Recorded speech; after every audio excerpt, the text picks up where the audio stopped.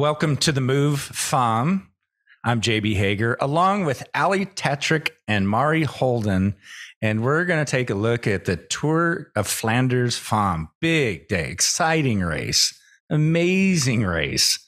Let's start out with the big story, and that is Lotte Kopecky winning it 2 years in a row. And you know, and I assume most people that tune into this show know a lot about the sport. I mean, to repeat in this sport on courses like that, so many stars have to align outside of your fitness level. So what an amazing thing. And I'll let you guys elaborate more on it. A hometown victory, which is just in bike racing, that's always a big deal. Right. So our tagline is a Flanderian wins Flanders. So Lotte Kopecky grew up just only 2 hours away from where it starts, right there in the heart of Flanders. So you have to know that she has studied those roads since she was little and racing. And we heard it in the interview. She said, everybody on the internet, I think she was reading Mari and I's tweets, I'm pretty sure, gave me 5 stars to win. So she's like, yeah, the pressure was big, but she did it. And I mean, I think there can't be enough said about being a Belgian winning, Flanders. That's a huge thing. I mean, she's a hero in Belgium. It's just, I don't know. It's like winning the Super Bowl here or something. So huge deal. She'll never pay for a drink in Belgium for the rest of her life. No. I should have been Belgium and won the Tour of Flanders. And is that what it would have taken to motivate you to win Flanders, Ellie? Pretty much. Okay. And correct me if I'm wrong. You both had picked her, yeah? Yeah. So I was thinking Mari and I probably need to go on the outcomes because we are batting like, I don't know what the term is, but 100% on who we picked to win races. And Mari and I were going to arm wrestle for it, but we both had to call a truce because we knew Kopecky was going to win. And Kopecky knew she was going to win, barring, disaster, which there was some disaster on course. But she went out there. She won it last year in the Belgian national jersey, which was a huge deal. She does the post-race interview and they give her the microphone. She's a woman of not many words, but her legs are much more powerful. And we know she's been through a hard time the last couple of weeks, losing her brother, who was only 29 years old, who motivated her to get into the sport. She's still riding with 2 people and to be up there, be confident. And it's a fun podium switch. So Kopecky wins and her teammate, Demi Vollering, who we saw that sprint at Strade Bianche, that 1-2 punch for SD Works just did a little flip-flop. Yeah. While you bring up Demi Vollering, I want you guys to elaborate on a lot of our listeners who haven't been in team race dynamics. Like she did a textbook job of disrupting the chase. And there's a real art to that. Like as an amateur racer, that was like one of the only things I was good at. It was like I'd have teammate up in the break and you just kind of, you're just there. Just your presence drives everyone crazy. It's just a disruption. Can you elaborate on that? Well, the fact that she was there and could cover anything is just a huge intimidation factor. She could have been in the break, but clearly the timing of the crash on the climb, she didn't make it. So then she can be in the next group just monitoring things. And anyone who tries anything knows that they are going to have to do exponentially more work and they're going to be wasting their bullets out there. So yeah, it's her being there intimidates everybody. And I thought she did, Mari, when you're watching it, I thought she did it very relatively elegant. She just sat second wheel. Like she didn't block. She didn't do anything crazy. And SD Works had the numbers all day. And Damie just sat there, second wheel. They're like flicking. They're like, shoot, she's still there. I'm like, somebody else can come around. You could see the frustration, but it wasn't her fault. She's just like, I'm sitting here following a wheel. I'm having a great day. Yeah. I mean, she was making it look easy. And that's part of the intimidation factor is that if you have somebody sitting there making it look easy to cover every move you're making and you're working twice as hard to try and make that move, you have to question what you're doing. So it's more a frustration. And when people start getting irritated and upset, their fight starts to come out of them, except for Elisa. Oh, Yeah, we have to talk about that. But Damie also wasn't alone. You had Rooser in there too, who made the initial selection. So the big selection of the race happened not early on, but it's one of the penultimate climbs, which is the Koppenberg, which means Heads Mountain. And I found this fun fact. Heads Mountain is actually a Dutch slang language, and it's called the Kinderkoppen, which is children's heads, because the cobbles are and it's a very steep climb. It maxes over 22%. It's only 0.6K long. So not that long, but it's so steep and it happened to be wet. And that's where the main selection happened. And the only two riders that cleared the Koppenberg were Marlene Rooster, which we know you don't want to give her any time, and Prosecco. I'm going to call her Prosecco. I'm sorry. I think it might be Prosecco, but she's Italian. Prosecco. I mean, come on. But they're the only two riders, and there was some dabbing going on. So there's a huge selection going up this climb. And it was, how far away was that from the finish, Mari? Like 30 some K? Yeah, somewhere right around there. But it was just, I mean, watching it happen, I think the thing that you try and get across is everyone knows that they need to be near the front at that point in the race when they hit the climb. And so you already know when it's spread out coming into it, and you've already got the people who are feeling good up there near the front. And then you see them struggling the way they were and sliding on the cobbles. I mean, it was pretty wild the way Marlon and Prosecco came out of there. Cheers to that. And then when you see Lotta coming out of her, pedals and stuff, I was like, oh God, she's running. And then you're wondering, is it just going to be the two of them riding off? But then, Lotta just brings them right back. And then, was just crazy. And for those who didn't see the Koppenberg, those two riders you mentioned were ready and in the front because there's the race to the cobbles, right? Mm-hmm. And they were able to ride through it. And it just takes, the roads are so narrow. It just takes a couple people getting the slip of the back wheel on the wet cobbles, and it just boom, boom, boom, boom, stopped everyone. Everyone had to get off the bike from those two riders back. And maybe you guys can elaborate on what that's like for a racer to get one, to stop that momentum, but then you have to get going again on wet cobbles. Like you panic and it's hard to get going, and your best bet is just to run to the top. Yeah, the ones who didn't panic, like Lotta, was able to get back on because she didn't panic and she was at the front. But the people who got stuck behind it, you're just having to wait for the person in front of you to get going again, especially when it's narrow like that. And I mean, cyclists and running. And it's slippery. Things. Yeah, the shoes are not slippery, not built for running. I saw women trying to get up and slip and slide, and it's not their fault because the slip was actually, I believe, from Leanne Lippert, and she's top 4, top 5 over the top, and it's not her fault either. It just was really wet towards the top, and it's at 22%. So her wheel goes out, and then you can imagine you have 80 women behind you, and it's just domino effects. Like everyone's got to unclip and regroup. So like I said, only 2 riders cleared the very top, and it's by no fault of the ability to climb steep, wet climbs, but there's just everyone's just caged in this tiny little road, and you're fighting for your position over the top. But that was a huge move there. And so then you had a break go over the top that included Kopecky, Silvia Prosecco, and Weebs.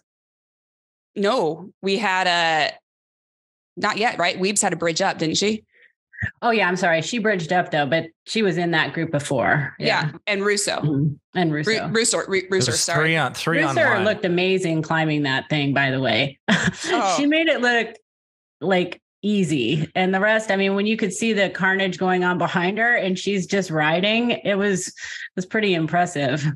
And I did see her kind of sit up and look back because Kopecky catches, and she's with Prosecco, and they're kind of like, do we ride or do we wait for the rest of the team? Because their team is so strong. They're all right there. And they chose to ride, which I think was really, I could see them in the radio going, do we ride? Do we not?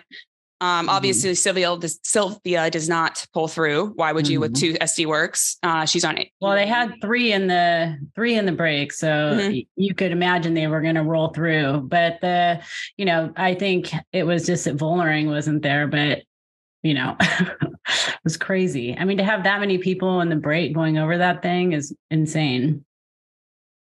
Yeah. So they rolled that for a bit. And there's chase groups happening, and there's numbers too. If you have 3 SD works in a chase group, that's not going to bring back their 2 friends / teammates, right? And so people are frustrated because the groups weren't cohesive, and they're sitting though only at 18, 19 seconds. It wasn't a huge gap. You could see it. You're like, I think this is it, but is it? Yeah, that was pretty wild timing. It stayed that way for a lot of kilometers, and Persico was basically sitting on, although she did a token pull every once in a while, but yeah, for the most part, nothing. When it went from 3 SD works down to 2, this is where your expertise comes in. I was wondering, there's always hindsight in bike racing. I shoulda, coulda, woulda, right?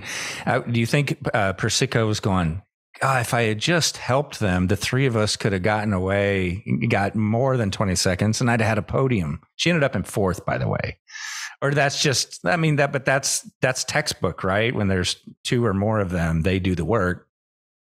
Yeah. And she basically did pull through maybe a couple times. She didn't do it very often, but she took a couple pulls. And then when it got down to the 2 of them, she tried to work, but it was clear that Kopecky was the stronger of the 2. So she made the right decision not to work, really, because Kopecky was clearly stronger than her. When they had Marlon there too, you just don't know, what could happen. This is something Mari has taught me in racing, and in my, when blood goes to my brain, I'm not as smart as I am when I'm just sitting here, but, there's something, that a team director like Mari, I assume, would tell me, I know you have, but there's nothing worse than getting dropped from a break. So if your team, which granted, Prosecco didn't have a huge team behind her at that point, but you don't want to go all in to be a superhero in a break and get dropped from it. And you could get chastised for not working and not make friends necessarily, but you're not going to do anything for yourself or your team if you get dropped either. So you have to be smart and how you conserve energy, play a little game, act like you're suffering, pull through harder, but like only maybe a little bit, just to make sure that you're monitoring your efforts to make a successful finish for you and your team. And the radio will tell you too. Yeah, that's very important. And that's the opposite of what I was suggesting, because it's easy to let your ego get in the way, right? I'm in a break. I'm going to get a podium likely. And you just have to settle down and if you do get yelled at, so what? I don't think people realize how much criticism there is within breakaways, right? You're not working, you're not doing this, and it's not personal. You just have to let it go. People want to intimidate you off your game, kind of. Yeah. or make you do something that you shouldn't do. So I read some of the comments afterwards, and, it's definitely sticking to your game plan and trying to figure it out.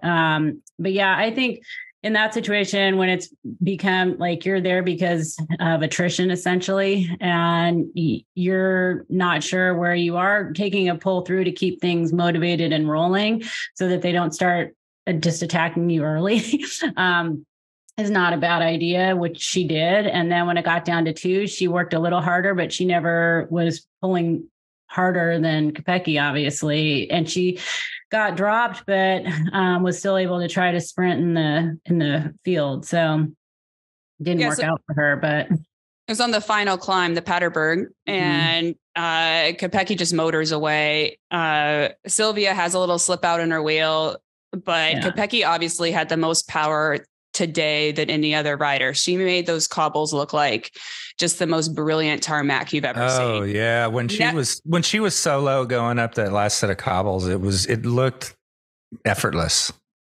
Yeah. And that's the thing, when someone has power and they're able to turn over the gear on those, and like Marlon did on the first climb, and then, or not the first climb, but on the Koppenberg, and then, Kopecky they can roll it. Whereas when you don't have that same power and you start slipping more, and you could see it happening with Prosecco. And, when you're in a break like that, she probably could feel it and sense it, that she wasn't as strong as Kopecky was in that break. And so she had to do what she could to stay there, I think. I thought she rode as smart as she could. Yeah. I mean, possibly too, she has Bastianelli in the back, which is in the chase group initially. And she's won Flanders before, her teammate, and is a world champion as well. So, and she was staying within her limits. I thought she rode as well as she could. And Kopecky was the strongest rider of the day, hands down. If I had a boomstick, I'm slamming it down on the table for Kopecky because she's that good. And this is a race that suits her well, like we said. And then the interesting part is the thing with Flanders, it has a lot of attrition, right? The groups, like there's chase groups, they come back together, they split up, and there's a constant just back and forth. Who has teammates, who doesn't? SD Works had the numbers all day. Trek had the second highest numbers. And so you're coming down, and I'm pretty confident, barring misfortune, Kopecky wins. And she still didn't believe it, but I'm watching the thing. I'm like, no one's going to get her. Right. And the funny part is this chase group was going from like 3 to 4 to 5 to 4 to 6, all these riders that Mari and I had talked about last week were all in that group, basically, give or take a few hitters. And Marlon was very tired from her efforts pulling, and she was fading on the climbs, catching him on the descents. And it was about, I think, 8K to go. And Marlon was off the back still with the French rider, Juliette Lebos. And they're just like dangling, coming back, and then they'd get hard, and she comes back 8K to go. And now it's 2 SD Works in this group of 5 or so. And she comes back, and I swear this woman has never slowed down a group, right? She's like, when she gets there, the group speeds up, and she gets there, and it was like, wah, wah, buzz, kill. They all look and they see Rooster show up. Davey looks back, and the whole group, they lost 10 seconds instantly. And I think this woman's like, I've never gone to a party/bike race party and made things go slower. And then it was like chase over. You know what I mean? Like they're 46 seconds back from Lada. You have Damie, and then Rooster just doesn't quit, comes back, and all those women look back, and they're just like, whoa, wah, wah. But that's what we were talking about earlier, how like Vollering's presence made it so the others were, getting not irritated, but, it messes with your mind when you've been going so hard, and then all of a sudden the numbers are getting worse for you. And that anything you do is going to get caught or brought back, and you don't want to waste any more energy. And you can see it that they're just deflated after that amount of time. Everyone except for Longo Borghini, who was like willing to go the whole day, like giving it everything she had, which was, I thought, so impressive. I thought her ride was one of the, besides Kopecky and the dominance of SD Works, her ride was super impressive coming back from COVID and everything. And, just going out there and giving it 100%, 110%. This is just, at least Longo Borghini, my Lamborghini, like, this is why I love the way she races. She's so feisty. Like, she's just like you just don't want to make her mad. She has all the fight and probably no bark, because she's the nicest person. You see her on the podium. She's like throwing her flowers. She couldn't even throw them. Like, she tried 3 times. She's the only one that took her champagne with her off the podium. I mean, this girl is amazing, but she's Italian. What can you expect? But is that a no-no, taking the champagne with you? Well, it was really funny. Like, I always take the champagne, share it with my mechanic or my teammates, but the other women left their champagne, and she's like prancing off the podium holding her champagne. She got 3rd, spoiler killer, but and then she looks at the like monitor on the podium. She's like, "Oh, can I take this?" She like puts it back. They're like, "No, just take it." She's like, "Yeah." And she's like rallying the crowd and all that. But she did just come back from COVID, like Mari said. Trek had a lot of good numbers today. Like, they were very consistent. I think they had some bad luck. And you could tell she's coming back from COVID. This is her first race. You could tell she didn't quite have that top end, and she was fading a bit. But when she comes back to the group, she doesn't sit in or rotate. Every time she came back, she went straight through them and just attacked. And but the interesting thing, I mean, she was out there working for her young teammate, because she thought that I'm just coming back from COVID. I'm not near where I should be. And then she's working all day, just like killing herself for her teammate. And you could see it. She was on the front practically whenever she was in the group, she was on the front, essentially, like just trying to either bring something back or attacking. And so it was just so cool to see her just going out there with all this fight like that, and then. Did you see, though, the tables turn about 5K to go? Sharon and Drewy was on the front, and everyone on the internet's like, why is she on the front? And I'm like, because Lamborghini can sprint. Like out of this group, I mean, she can podium. So Elisa was just sitting on the back for at least the last 5K. And Sharon was, who just won Binda, was on the front. So the tables did turn on the team dynamics. Yeah. I mean, she mentioned that Ina had come on the radio with 5K to go and it's all back together, and that the plan was switching to a sprint, which you could, like you're saying, we could see that on the TV, but it was just, that mindset to change from I've been working all day at Flanders in front, and then all of a sudden to change gears and, be the person that who's going to be sprinting doesn't give you much time to like regroup and then do it. And she went for it. Well, it was unfortunate to see Annemiek van Vleuten crash. It looked like she, it looked like the road just dropped off on the edge, and she kind of took herself out and a couple other riders. Would she have been a factor had that not happened? I mean, you can always guess in cycling, but. I mean, I feel like whenever Annemiek's in a race, if she's feeling good and she's in a good position physically, she probably would have been there. But it's the classics and you have all these different things going on. And if you have, one mistake like that, all of a sudden you're chasing and wasting all your energy coming from behind. So, it's unfortunate. Yeah. It's really, it would have been nice to see her have a good race and go out there fighting like that. But did I catch it right? Is this her last season as a pro? Like she's retiring? So she said. You never know.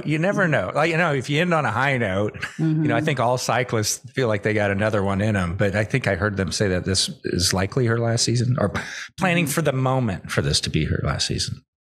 I think it will be. She's pretty confident that it will. And then in the pre-show, the classics preview, you guys talked about Marianne Vos. She was back in the peloton, but that takes a while. You got to race a while to get your form back, correct? I mean, 15th at Flanders is not a terrible result unless you're Marianne Vos and you think, you've won it before and stuff. So, I mean, I feel like she's riding well, but not to her level. But she still had a decent ride today. I mean, we didn't see her much, but I was glad to see her being able to race that hard. It shows it's good indication that her injury's getting better. And she did get a third place at, I am going to pronounce it wrong this week. Dwarves. You know what I'm talking about? Dwarves. Let's just leave it at that. Dwarves Flanders. Yes, that. She did. She got third at that. Okay. I didn't catch that race. Okay. Yeah. So, I mean, it's coming back, but I mean, Flanders is special in its own right and does require a bit of luck. I mean, there's just a lot of chaos that occurs. So there was an early break of note, the first substantial break. Ali Walston, a 22-year-old Kiwi national champion. She races for AG Insurance Sodal Quickstep. We had looked at her a little bit in the Tour de France Femmes avec Zwift, but she crashed in stage 2, injured her wrist and had to pull out of the Commonwealth Games. But she's a part-time law student and she had the longest substantial break of the day. So I'm sure she got most aggressive rider, well-deserved. And I think we're going to see some good things. So I just wanted to flag Ali Walston from New Zealand. And I'd like to say that the DSM, the girls like Megan and her team rode really well in the first part of the race, controlling things. And they're so young, being out there and racing at the front of the race like that was, I thought, impressive, even though it didn't play out the way I'm sure they would have liked in the end. They were riding up there and they were a presence for the first, over half of the race. Yeah. And then you have Juliette Lebos, what we were talking about, the former French national champion. She actually got 4th overall at the Tour de France Femmes last year. So she was in that second chase group. So we're looking at good form for a rider from that team. I was impressed watching her. I don't think Flanders suits her as well as the Tour de France Femmes. So, and she will do well in Flèche and Liège. I think I was very impressed with her. Well, that team is young and they were riding well as a group. I felt like in the first half, they were definitely up there making sure things were in control. Speaking of that, though, I did hear a stat today that 44% of the peloton is less than 30, but only 44% is less than 30. So you have all these young teams, but we have some some riders that, yes, are getting ready to retire, but also shows the longevity of women's cycling. I should probably make a comeback. Well, at least we know what motivates you now. So if you decide to go Flanders. I'm glad that made you laugh. That's amazing. And I thought it was interesting too to look at these World Tour teams. There's obviously a lot of World Tour teams, but the big like powerhouses. And Mari and I were talking about some of the winners and losers. Obviously, SD Works was the biggest winners today. Are the biggest winners today. I don't think Trek did bad. They played well with their numbers. They were dealing with good numbers, good team dynamics. I know third place isn't what they wanted, but I thought they had a good race. But then you have some miss outs. Like Movistar's not even the break. EF's not there. FDJ, Jayco, like Bike Exchange, like former Bike Exchange team. But Jumbo, they had Anna Henderson, which Mari and I have as a wild card for some of these classics. She was in the break, did get gapped. She still finished in front of the big chase group. But there are some teams that definitely missed out today. But that they're just going to get stronger and looking for better ways to win or be in the mix. Jumbo, sorry. No, Jumbo Visma has not won a race yet this year. That's crazy. It's crazy. Mm-hmm. And then the pressure, the heat comes, like all that pressure to get a victory. Well, with Marianne getting better, it's going to happen, but it's not letting that frustration get the most of you. I think, it's kind of the hardest thing is keeping your attitude when things aren't going right. So hopefully they just stay mentally like on target. I'm sure they are, but yeah, it'll be nice to see them on the podium and winning again. Well, you guys know better than I do the differences between Flanders and Roubaix, and weather may be a factor. But what's your crystal ball tell you after what you saw today? Oh God. Put us on the outcomes. We're really good at this. I mean, from the way they were pedaling, I would say Kopecky and Marlin are the two who I would be looking at again. They're so strong and smooth. It's just, I feel like they're on a different level. I heard Rooster is not doing Paris-Roubaix, but I'd be interested to see if that gets flipped. Wow. Because I'm like, why wouldn't you put that woman in Paris-Roubaix? Like, never have her sign up for Unbound, please. Well, not when you see her going at the Hoppenberg and everyone else is coming off their bikes, But right now she's not on the start list because that's who I was going to pick. Mm-hmm. But I think Elisa Longo Borghini is a good another because I think she'll be coming back from this. She's going to gain strength. My money's still on Kopecky, but being that watched and Paris-Roubaix has so many what ifs. There's just carnage everywhere. You can't plan. But it's going to be up to other teams to combat this freight train that's SD Works at this moment. But they have the riders. They just need the support and a fair bit of luck. One of the things I was going to ask you guys, I don't know the history of Flanders with women. A lot of the races, they do them the day before. I love seeing it on the same day. And I'll mention this. I was watching it on GCN. They did an incredible job of saying, when this ends, tune over to this, or if you want to go watch that now. The cross promotion was great. So the same day thing, I think, works much better to grow women's cycling. Is that how it's been done historically? I've only raced Flanders with the men on the same day. And I think at least in the last 5 years, that's 6-7 years. I don't know. I'm aging myself. That's been how they do it. Yeah. I mean, it makes the Koppenberg the best climb. I mean, not the Koppenberg. Koppenberg has just been in Flanders for the women's side of things. This is its second year. In Flanders has been going on for women for 10 years. The first winner is Mari and I's mutual friend, colleague, and my team director, which is Zulfia Zabinskaya. I didn't know she won the Zabarova, right? Yeah, I call her. Yeah, well, yeah. You like to tweak everyone's names, don't you, Allie? I have nicknames in my head. Sorry, Zabriova. That's all right. But she won the first edition in 2004. Since then, the race went from 94K to now we're almost to 160K, equal prize money for the men and women, but they added in the Koppenberg the last couple years. But what I was going to say is my favorite favorite climb there is the Caramont, because that's where the Quarmont.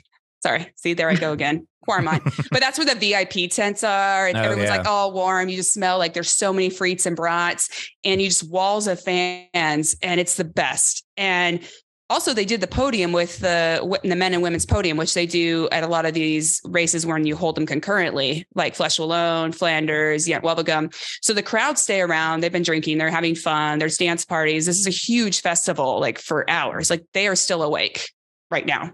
Not the riders, the fans. But I just think it's so fun because it also is more bang for your buck if you're a spectator. You can watch multiple races. They go up these climbs multiple times, and you have like a fun festival to celebrate the sport and the day and your countryside. I think it's very important. I think it's great for women's cycling. Especially because in this situation, you're going to get all the streaming podcasts and these kinds of things right after that kind of go hand in hand with the men's shows. It's just anytime you can get women's racing in front of more people, it's going to be good for the sport. And by the way, we're putting this one out before the men's coverage. So. Because you two are on time. That's one thing about women.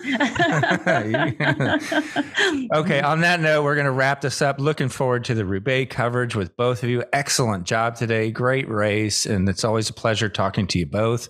You can write to us, and any questions if you have for Ali, Mari, for future shows, send those to me if you like, themove@wedo.team. And enjoy the rest of your Sunday. All right. Go ride bikes. Bye, guys. Bye. Bye.